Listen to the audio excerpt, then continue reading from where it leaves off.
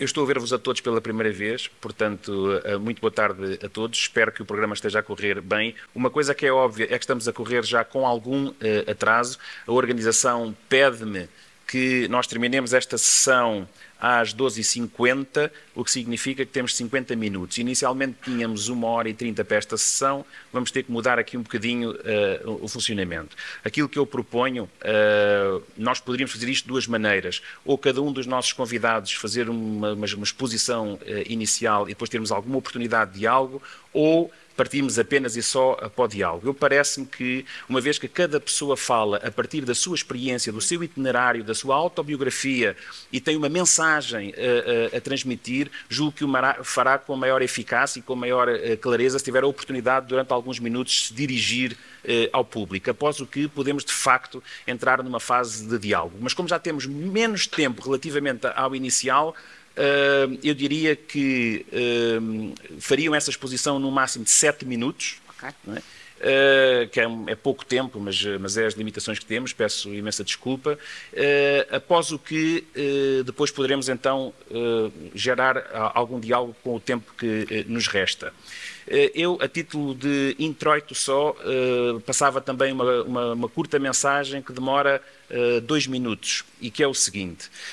Portanto, como sabem, a cultura e a educação é o tema sobre o qual nos vamos debruçar durante este painel, durante a próxima hora, com o contributo destes nossos 4 convidados e que de seguida já apresentarei muito brevemente. Eu gostava de destacar, desde logo, que falamos de educação num sentido bastante alargado, ou seja, a educação formal, escolar, que segue um currículo nacional e um conjunto de planos de estudo em várias áreas curriculares, mas também da educação não formal, que tendo uma intencionalidade educativa, pode acontecer nos mais variados contextos e sob a coordenação das mais variadas entidades, e ainda da educação informal, ou seja, de tudo aquilo que as pessoas podem aprender através dos contextos e das experiências a que têm acesso, ainda que não enquadradas num programa educativo específico. E tudo isto é educação.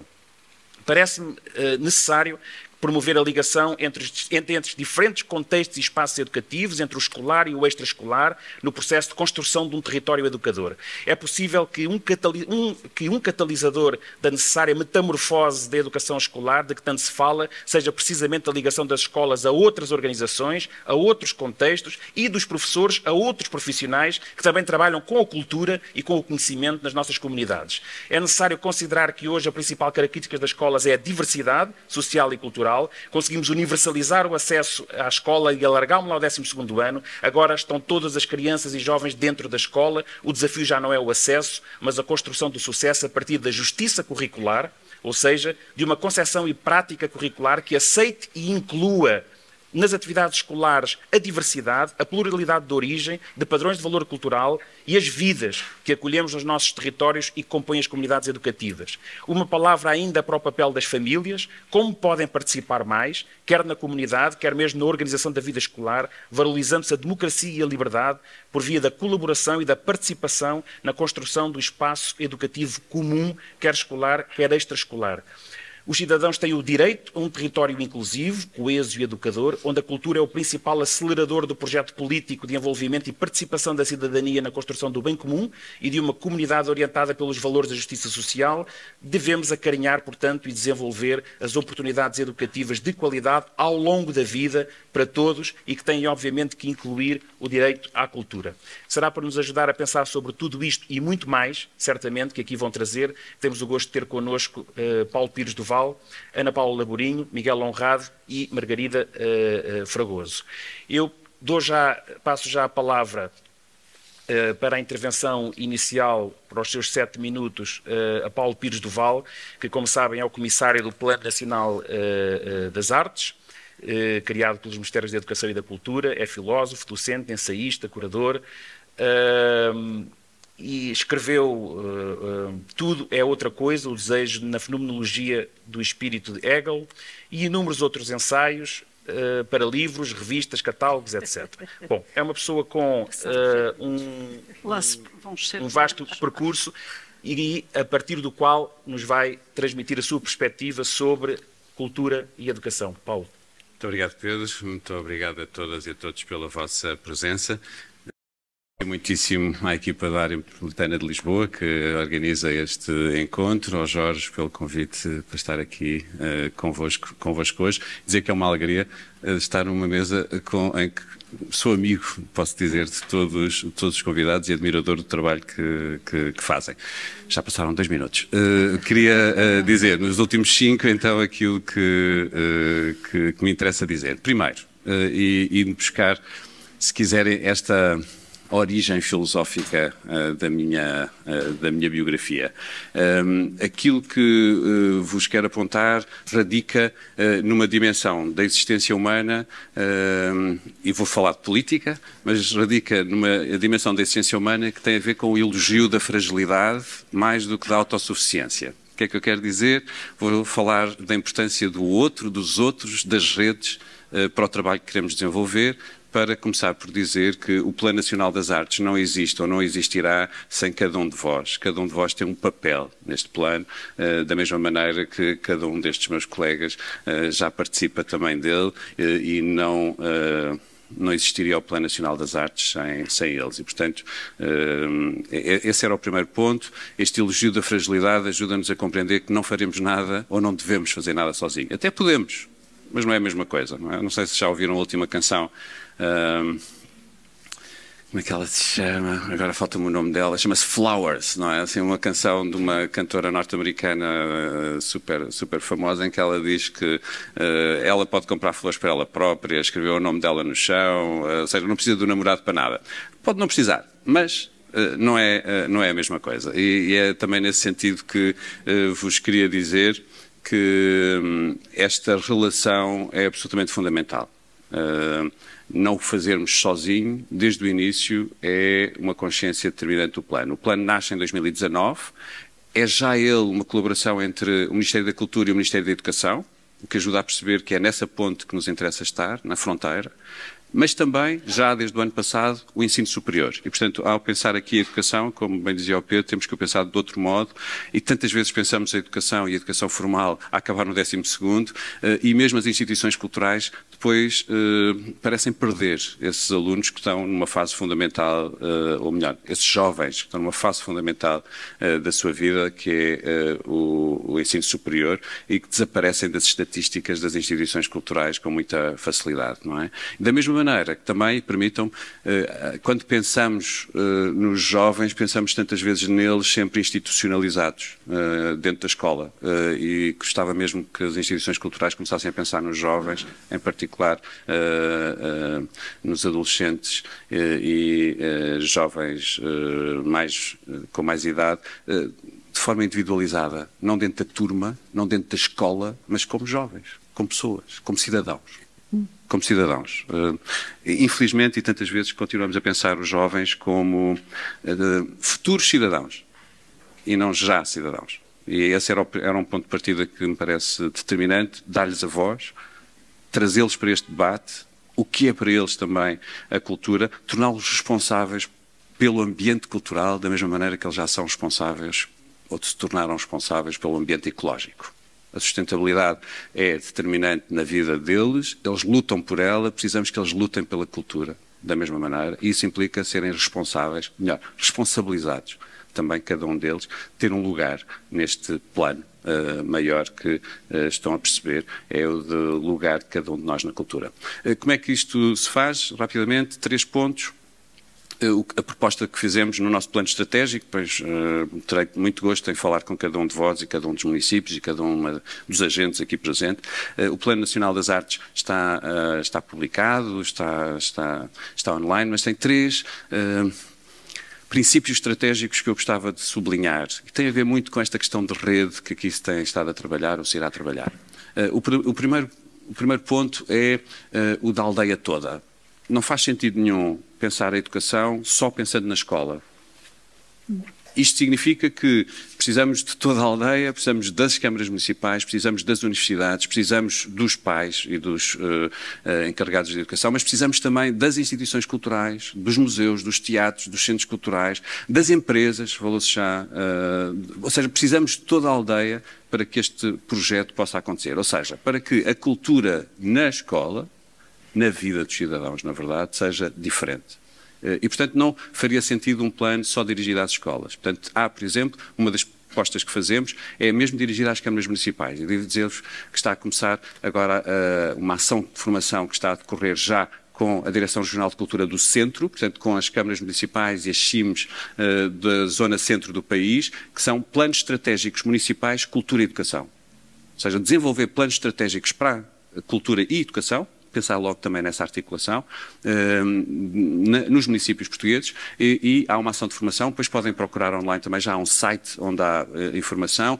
Nós encomendámos um plano modelo a um centro de estudos de investigação na Universidade do Minho, e a partir desse plano modelo será desenvolvida depois uma ação de formação com os técnicos das câmaras para que eles possam desenvolver esses planos estratégicos municipais de cultura e educação. Falar uma linguagem, não o mesmo, é preciso a diferença, não é falarmos todos o mesmo, mas compreendermos uma linguagem comum e percebermos o que é que significa pensar estrategicamente a longo prazo também a cultura nos municípios. É só um exemplo de como as medidas do plano não se dirigem apenas para dentro da escola, aí sim os projetos culturais de escola são determinantes. Segundo ponto estratégico, se o primeiro era sistémico, portanto toda a comunidade, precisamos de nos dirigir a todos e responsabilizar cada um pela cultura de todos. O segundo ponto é a indisciplina. O programa para as escolas chama-se Indisciplinar a Escola. Porque tantas vezes pensámos a cultura como qualquer coisa disciplinada ou disciplinar, e foi assim que a cultura ou as artes entraram nas escolas também, por esse ponto de vista disciplinar, e interessa-nos neste momento também indisciplinar. Não que não sejam necessárias essas disciplinas no currículo, são fundamentais, mas precisamos de cruzamentos disciplinares. Precisamos de pensar outra escola. Na verdade é isso. E, portanto, estar a sublinhar a disciplinarização, a fragmentação disciplinar, era continuar com a mesma escola. E, portanto, se queremos outra escola em que a cultura possa servir de instrumento da transdisciplinaridade, interessa-nos isso. Obviamente, a indisciplina também tem a ver com o desacerto que a cultura pode trazer, que as artes podem trazer à vida dos cidadãos, mas a indisciplina tem aqui a ver com esta noção de transdisciplinaridade. O que significa que o professor de filosofia, o professor de matemática, o professor de ciências, o professor de português, tal como o professor de música ou o professor de teatro, tem um papel a desempenhar neste ser agente cultural na escola. Cada um deles, cada um de nós, eu sou de filosofia, mas no filme que ele mostra e depois na discussão a seguir, ou no concerto que eu mostro e depois na possibilidade de conversarmos a seguir sobre isso, aquilo que eu estou a fazer é dar acesso à cultura, e cultura aqui no sentido plural, culturas, patrimónios, artes, e depois então poder trabalhar o próprio currículo, não como uma coisa de luxo, não é o luxo, não é algo extracurricular, mas profundamente transversal ao currículo. Terceiro, e termino, a questão da democracia. Porquê é que fazemos isto? Porque acreditamos que as artes, o património, sempre no plural, a cultura, tem um papel a desempenhar na promoção da saúde da democracia.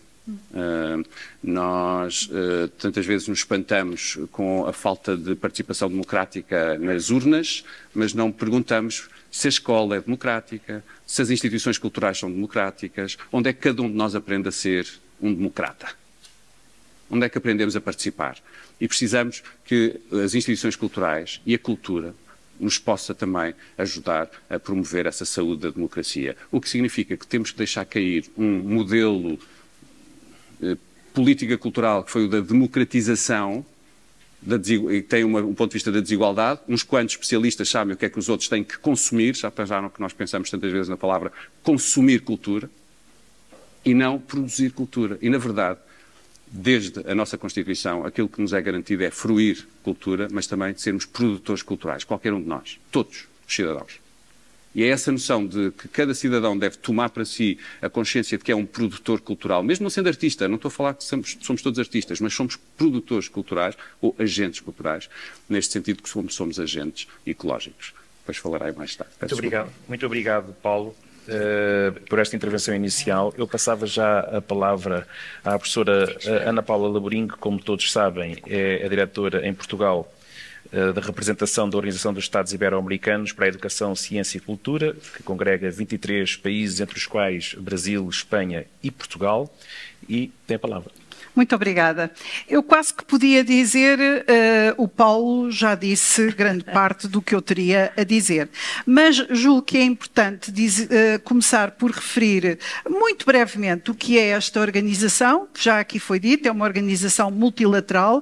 Eu defino-a muito brevemente como uma Unesco para o espaço ibero-americano, visto que se dedica à educação, à ciência e à cultura, e precisamente há talvez 2 semanas acaba de lançar um estudo, porque é assim que nós trabalhamos, temos ou sobretudo duas formas essenciais de trabalhar. Trabalhamos muito com os governos, com associações, nós resultamos da vontade dos governos, mas antes os governos muitas vezes colocam-nos um problema que querem resolver e nós antes fazemos sempre um estudo para apresentar e tentamos que esse estudo seja o mais amplo possível, envolvendo o maior número de países. E nesse sentido, nós trabalhamos sempre em rede, nunca trabalhamos sozinhos e, de facto, também retomo a questão, se calhar seria mais fácil cada país resolver o seu problema, mas provavelmente não iria, é o tal provérbio chinês, não iria tão longe como trabalhando em conjunto. E é necessário trabalhar em conjunto, aproveitando as boas experiências e tentando efetivamente que todos possam depois, à sua maneira, avançar. Eu queria dizer que acabamos de publicar um estudo precisamente sobre educação artística, porque, e retoma a pandemia veio acelerar, sobretudo na nossa área, a questão da educação. Veio mostrar que, de facto, é necessária uma revolução, e eu diria até uma revolução epistémica na educação. A forma de conhecimento tem que mudar. E este estudo, que é ainda mais radical, eu poderia dizer que se inspira bastante no Plano Nacional das Artes, e ainda é mais radical porque vem dizer que a cultura é uma forma de conhecimento, é um modo de conhecimento, e retomaria aqui a questão da epistemologia e da necessidade de mudarmos os modelos de conhecimento, e essa é uma tarefa essencial que temos pela frente. Não podemos continuar a ter os alunos sentados nas cadeiras disciplinadamente. Temos que efetivamente criar aqui a tal indisciplina e, sobretudo, esta ligação fundamental entre política cultural e política educativa. A política cultural, e este estudo mostra bem, não é alguma coisa que se junta à política educativa, é alguma coisa que vem transformar a política educativa e, portanto, temos aqui um enorme desafio e podemos perguntar porquê a arte, que criatividade, porquê o ensino da arte ou então a arte no ensino. Efetivamente, a arte cada vez mais e a cultura, de uma forma geral, tem que ajudar a formar os cidadãos, tem que ajudar a criar o espírito crítico. E se não o tivermos, podemos acumular conhecimento, e já sabemos que ir à procura de conhecimento é já relativamente fácil, mas ser cidadão, ter consciência dos seus pontos de vista e intervir na sociedade e trabalhar em sociedade é muito mais complexo. E, de facto, nós temos visto que nos últimos 50 anos o conceito de cultura tem mudado. Podemos seguir o que se tem passado com a Unesco para ver. Começou por ser muito a ideia de património, depois evoluiu para o património imaterial, que é um salto qualitativo muito grande. Depois, própria Convenção sobre a Diversidade, em que a questão da diversidade é muito já a valorização de nós, cada um de nós como ser humano, e de facto esta preocupação com a educação artística como alguma coisa central está cada vez mais presente. Posso depois pôr à vossa disposição este trabalho que tem um conjunto de especialistas e tem depois no final um conjunto de recomendações transformações que nós pretendemos levar a toda a região para que esta transformação se faça no sentido da tal construção da democracia.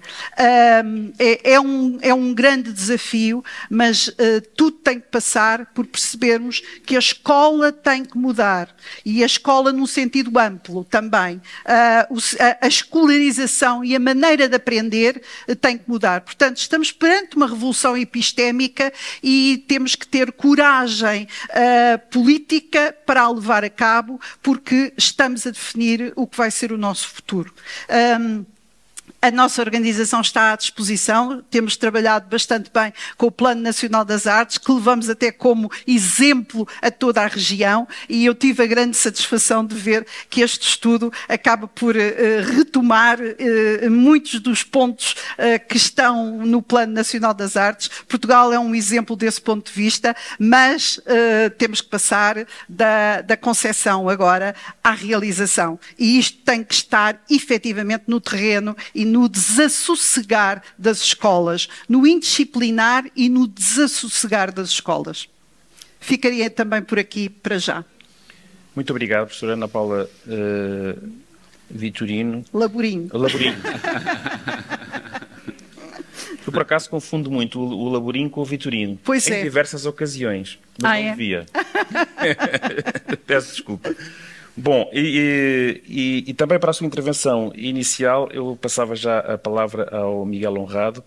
Eu ia, com a sua autorização, dispensar a leitura desta longuíssima nota biográfica por razões de tempo, dizendo apenas que, obviamente, é uma personalidade conhecida, que há muitos, muitos anos exerce a sua atividade nos domínios da produção e gestão cultural e, portanto, traz-nos certamente uma perspectiva ancorada nessa longuíssima experiência.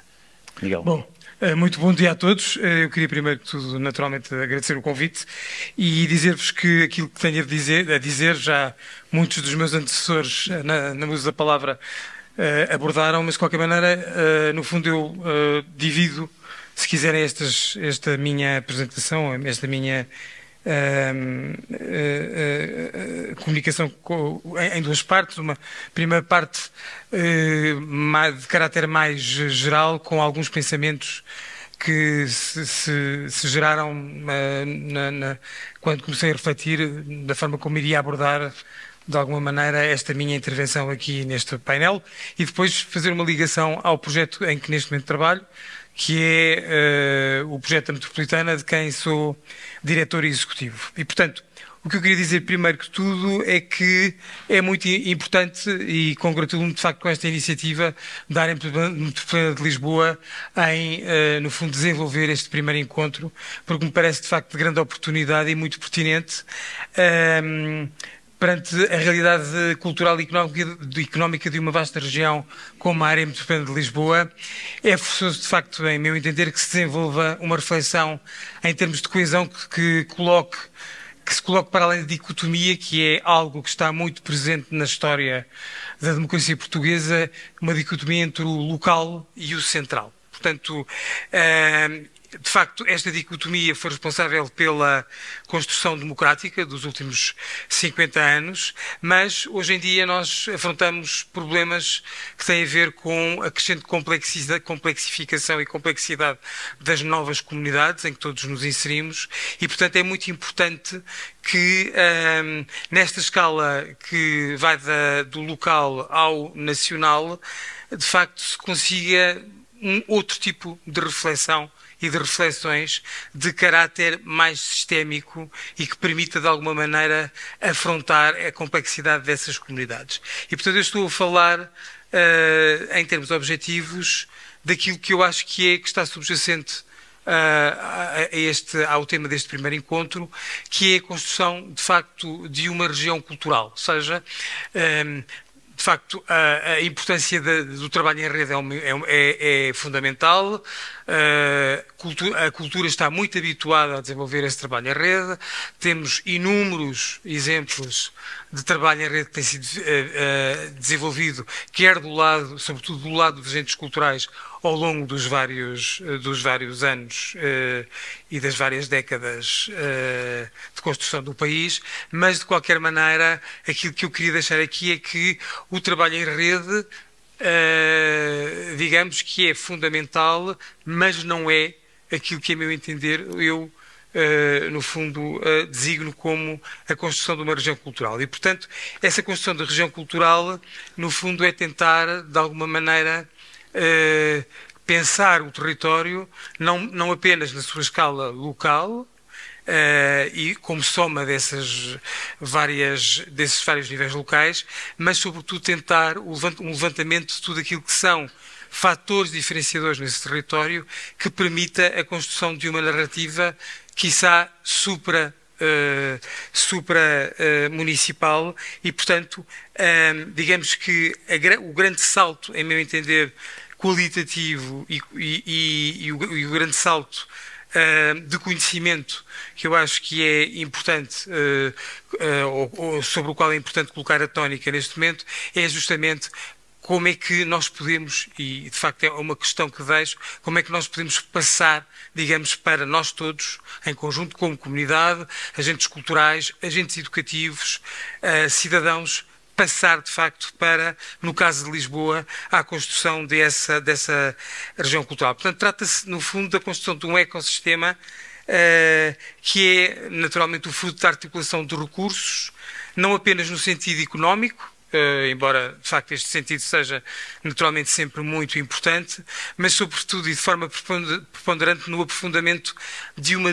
diferenciação territorial que radica na modelagem, na reinterpretação de valores intrínsecos ao território e aos vários territórios que o compõem. Portanto, no fundo, isto exige, em meu entender, aquilo que eu chamo um levantamento de campo em termos daquilo que são esses fatores diferenciadores de cada território que podem entrar nesta nova narrativa do que poderá ser uma região cultural e que está de alguma maneira já preconizada na Carta de Intenções que vai ser hoje, está em embrião, digamos assim, na Carta de Intenções que vai ser hoje assinada entre os vários municípios. Portanto, de facto, eu não estou a falar mais do que numa visão estratégica sobre um território que é o território da área metropolitana de Lisboa e que é um território, naturalmente, em que, de facto, nós temos uma grande diferença, uma grande variedade de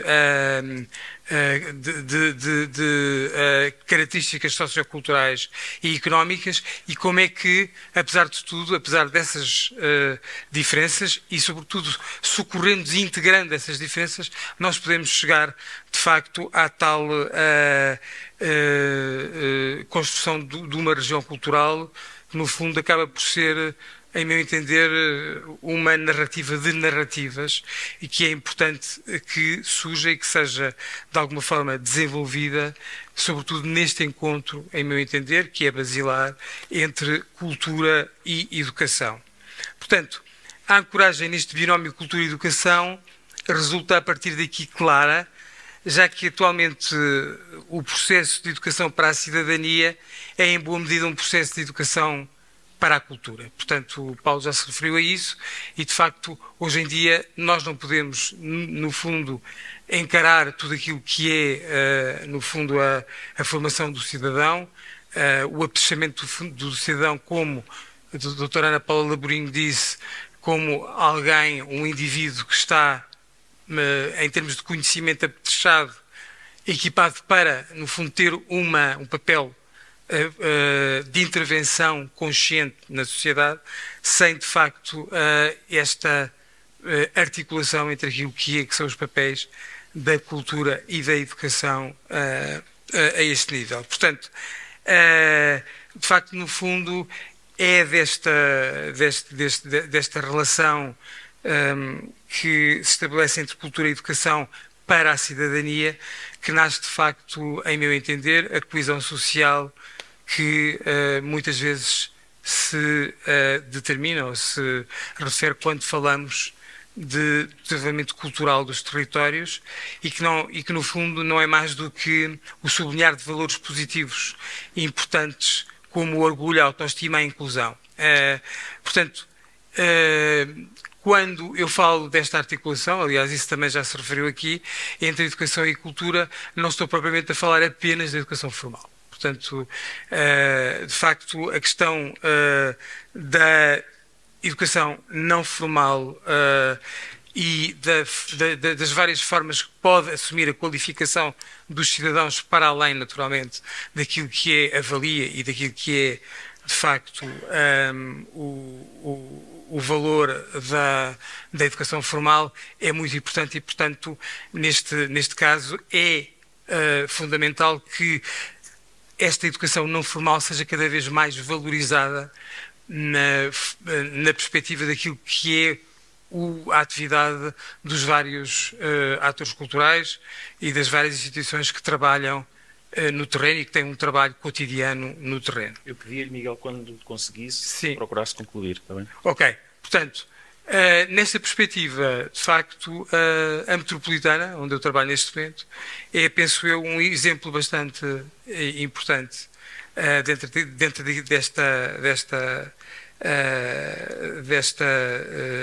acessão de que falei, porque, no fundo, é um projeto que encerra a gestão de uma orquestra profissional e 3 escolas de ensino artístico no domínio da música e que desde o seu início se projetou como um projeto a nível metropolitano. Portanto, o seu nome já transporta esta carga metropolitana e, portanto, o projeto e a forma como ele se desenvolveu e ele se enraizou no território, no fundo, ultrapassou sempre a escala de cidade e sempre, de alguma forma, se projetou naquilo que é o território metropolitano e aquilo que é a área metropolitana de Lisboa. Portanto, de facto, e nele próprio existe, naturalmente, esta relação importante e cotidiana entre aquilo que é a formação, aquilo que é a educação e aquilo que é a atividade cultural, porque a orquestra, no fundo, é um único exemplo, dos raros exemplos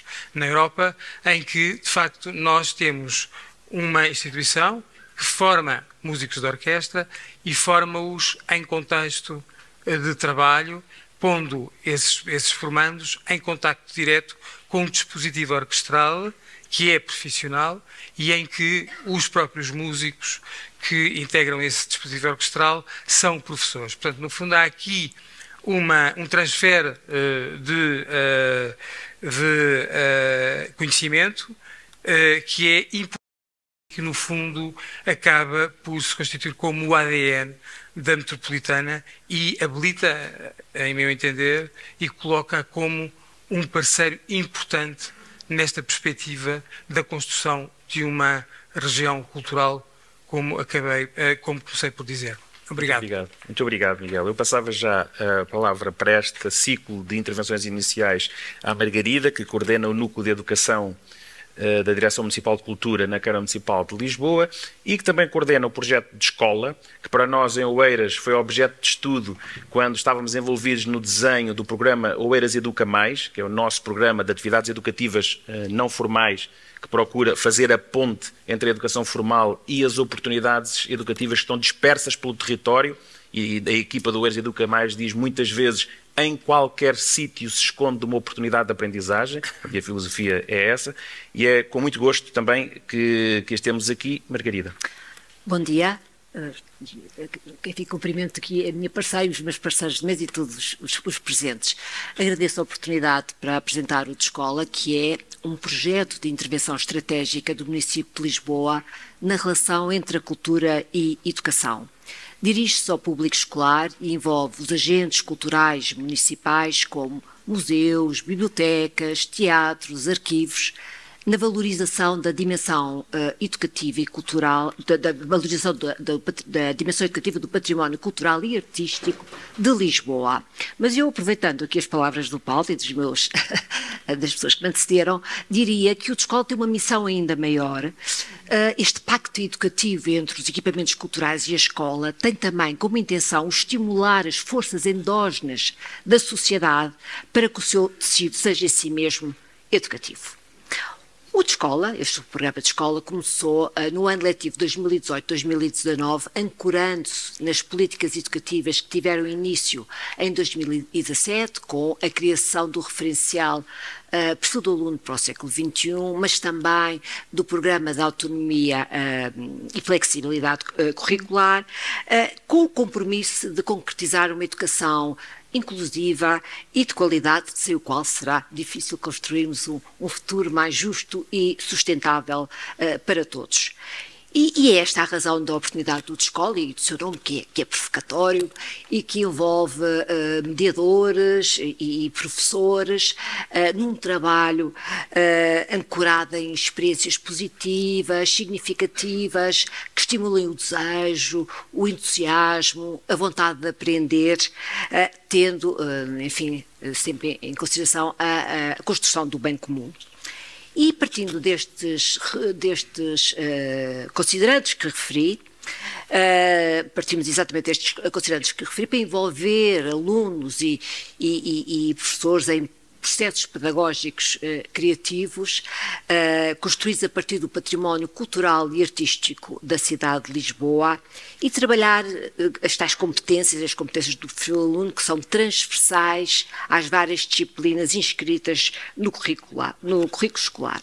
Assim, da vertente educativa, julgo que é importante referir o envolvimento dos professores na construção das atividades educativas propostas pelos equipamentos culturais municipais, no sentido de resultar e para que seja um contributo relevante na aprendizagem dos alunos. Mas, enfim, desta vertente educativa, penso que também importa referir a construção de pedagogias críticas e criativas, assente na colaboração de mediadores, professores e artistas, que são, no fundo, a grande aposta do Descola. Por esta razão, da construção das tais pedagogias críticas e criativas, começámos logo por investir, desde o início do programa, em 2018, na formação dos mediadores que estavam nos diferentes setores educativos dos equipamentos culturais municipais, dando condições para repensarem as suas abordagens ao património, tornando-as mais dinâmicas, estimulando o diálogo entre os participantes, introduzindo objetos ou outros recursos catalisadores da observação e utilizando discursos mais abertos e interrogativos. E estas formações tornaram-se regulares porque necessitam, são processos que levam tempo e precisam de uma atualização constante. E estas dinâmicas colaborativas entre mediadores e professores encaminham o desenvolvimento deste trabalho, enfim, entre os professores e os mediadores, entre os equipamentos culturais e as escolas. E julgo que é importante referir também que esta relação, este estreitamento das relações entre os equipamentos culturais e as escolas passa também pela flexibilização dos espaços educativos que se podem concretizar no equipamento cultural, na escola, no espaço verde ou no espaço virtual. O espaço virtual teve uma relevância preponderante na altura da pandemia e depois tornou-se um espaço que é muito utilizado também pelo Descola. E este trabalho de proximidade entre os equipamentos culturais e as escolas fortalece e interajuda, mas também tem permitido ultrapassar, enfim, utilizar o engenho para ultrapassar constrangimentos comuns. Há um diálogo regular entre os mediadores e professores que permite adaptar as atividades a cada contexto e também chega muitas vezes ao desenho das atividades à medida das necessidades do professor. E esta cumplicidade entre professores e mediadores é estimulada pelos projetos de continuidade que são projetos com uma duração que podem ir de 3 meses a 1 ano letivo, e que, enfim, necessariamente deixam marcas mais profundas junto de todos os participantes pelo tempo que existe para a maturação das temáticas. E esta relação duradoura entre uma escola e um equipamento cultural, em torno de um programa de atividades inscrito no currículo, é para nós uma parceria estratégica que gostaríamos muito de ver alargada a todos os equipamentos, exatamente pelo impacto acrescido que têm junto a todos os envolvidos. Faz parte desta proximidade, desta relação de proximidade, irmos ao encontro dos professores também em matéria de formação. Muitas das propostas de formação que se encontram disponibilizadas no Descola partem de processos criativos para estimular a improvisação, a experimentação, a expressão individual e coletiva. E somos atualmente, o que é importante referir, uma rede de mais de 40 equipamentos municipais, culturais municipais ativos, em que se inclui, como referi no início, os museus, os arquivos, as bibliotecas, os teatros, entre outros, e que se organizam em torno destas linhas comuns, enfim, que venho referenciando. Enfim, especialmente ao nível das metodologias de ação educativa. Chegamos já a alguns resultados, não sei se é importante referir ou não, mas assim de uma forma muito breve, temos 255 atividades disponíveis, atividades pontuais, disponíveis sempre, obedecendo a estas premissas do projeto. Estas atividades pontuais são atividades de 90, 120 minutos, enfim, de acordo com os tempos letivos. Temos 31 recursos educativos digitais que funcionam como recursos complementares às matérias inscritas no currículo escolar e que podem ser utilizadas de forma autónoma dentro e fora da escola. Depois temos os tais projetos de continuidade, esta linha estratégica que gostaríamos muito de ver alargada a todos os equipamentos municipais e que têm projetos de duração dos tais 3 meses a 1 ano letivo, sempre de uma parceria entre escola e equipamento cultural. Um site também utilizado na ótica do professor que pode ser consultado em descola.com.pt. 19 ações de formação para mediadores baseadas em práticas criativas, as tais que referi, 12 ações de formação para professores, a maioria delas certificadas, 6 encontros de professores, sendo importante referir que tivemos 2 versões online em 2011 e 2012, em parceria com o Plano Nacional das Artes. Margarida, quando conseguir terminar... Pronto, e 132 escolas envolvidas e 45.600 alunos. E mais outras... Impecável.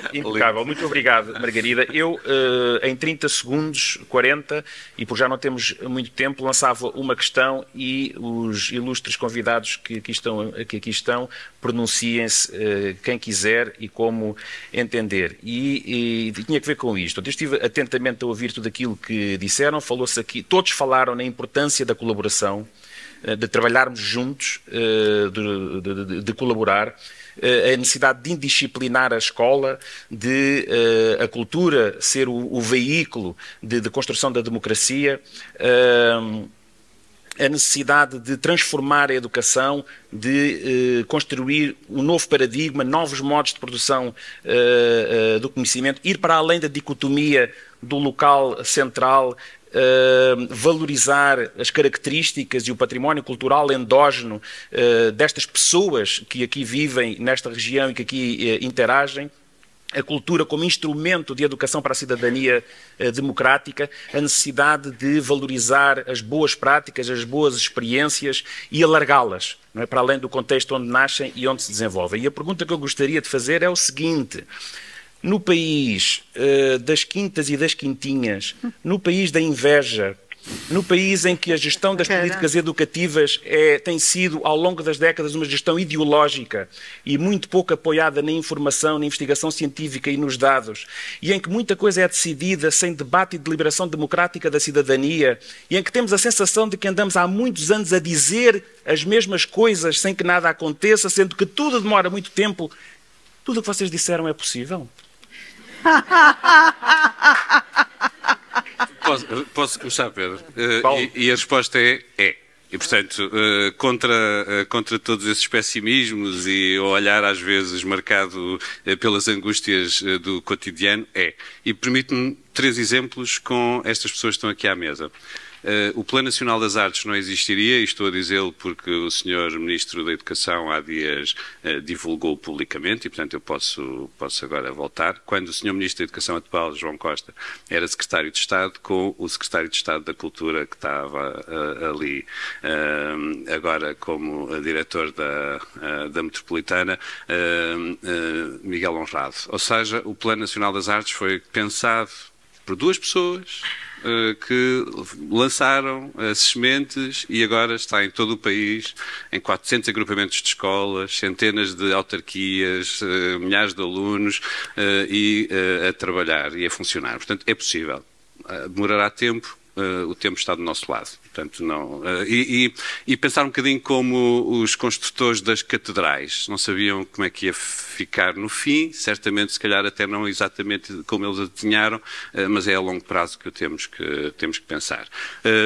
O Plano Nacional das Artes tem uma das propostas que é artistas residentes nas escolas. Os artistas residentes nas escolas são hoje assumidamente um fator de mudança da própria escola, dos professores, dos alunos e da instituição. O Plano Nacional das Artes não poderia fazer, por exemplo, em Elvas, sem o apoio da Organização dos Estados Ibero-Americanos. Não o pode fazer atualmente em Ponte da Barca, sem o apoio da Organização dos Estados Ibero-Americanos. Há um artista residente, neste caso uma artista residente, em Ponte da Barca, a trabalhar com os miúdos das escolas, porque a parceria é possível. Há pouco a Margarida falou de um dos exemplos de colaboração, a formação dos professores. A formação dos professores é absolutamente necessária neste campo, ou seja, perceber como é que o património, a cultura, a vida da cidade, as pedras podem ser lugar, como o Pedro dizia, qualquer sítio pode ser um motor de aprendizagem, mas essa aprendizagem também é necessária ser preparada e há uma formação onde os artistas, os mediadores culturais têm um papel determinante, as instituições culturais têm um papel determinante. Há esperança e há otimismo. Não, e não é só esperança, é já facto. Exatamente. É já facto. Há esperança, há otimismo, há facto e há caminho para andar. Isso mesmo. Ana Paula. Eu também posso invocar exemplos semelhantes. Desde logo o exemplo de uma organização multilateral que, como calculam, trabalha com países com políticas muito diferentes, com orientações políticas muito diferentes. E, no entanto, precisamente porque as organizações internacionais, como disse, nós somos uma espécie de Unesco, também têm um papel fundamental em apresentar os tais estudos de especialistas e trazer aquilo que é o pensamento mais atualizado sobre estas matérias, conseguimos, apesar das diferenças políticas, conseguimos que os países vão se encaminhando para estas direções. Mas há outro aspecto que cada vez mais, e este lado da cultura, cada vez mais está presente na consciência de todos, é a importância da criatividade. Nós já percebemos que esse é o ouro, digamos, é o nosso novo petróleo. E, de facto, a criatividade que vai ser essencial num mundo em que nós não sabemos que empregos é que existirão, não sabemos muito bem como é que se vai organizar, mas sabemos que se desenvolvermos a criatividade e a cultura tem um papel fundamental, estamos a criar instrumentos para que os mais novos possam responder a desafios que nós hoje não conhecemos. E é estas mensagens que nós, como organização internacional, para além do trabalho que fazemos no terreno, digamos que vamos também construindo a confiança dos vários interlocutores na produção de conhecimento que fazemos antes de qualquer intervenção. Muito bem. São 12h50 e eu tenho uma regra em tudo aquilo que faço, que é cumprir as regras. Sim. E, portanto, aquilo que me pediram foi para terminar às 12h50 e nós vamos terminar às 12h50. Nós temos a seguir um almoço muito simpático no Forte São Julião da Barra, onde todas as pessoas que aqui estão podem continuar a conversar informalmente com todos aqueles que irão participar. Mesmo agora, depois de terminarmos, acho que podemos continuar a conversar entre nós antes de abandonar este local. Eu terminava dizendo o seguinte, e recuperando um pouco aquilo que o Miguel disse e que me pareceu muito importante. Portanto, o esforço que parece haver aqui da área metropolitana de Lisboa, deste conjunto de 18 municípios, em criar algo de nível que vá para além do local, algo regional e que tenha a cultura como força motriz e nesta relação também entre cultura e educação um espaço importante de transformação. E com tudo aquilo que vocês aqui disseram, e a Ana Paula frisou muito esse ponto, talvez estejamos na altura de iniciar um debate importante no nosso país com vista à definição de um pacto social e político em direção a esse caminho transformador, esse novo paradigma para a educação. Se não o conseguirmos fazer a nível nacional, pelo menos consigamos começar esse caminho a nível regional, como o Miguel aqui também disse. É com esse espírito e com essa vontade que é organizado este encontro. Foi para discutirmos esses temas que se organizou este painel. Muito obrigado a todos pela vossa perspectiva, pelo vosso contributo. As minhas desculpas pela limitação do tempo, mas começámos com imenso atraso. Boa continuação de programa durante o resto do dia e lamento não ter havido oportunidade para a intervenção do público.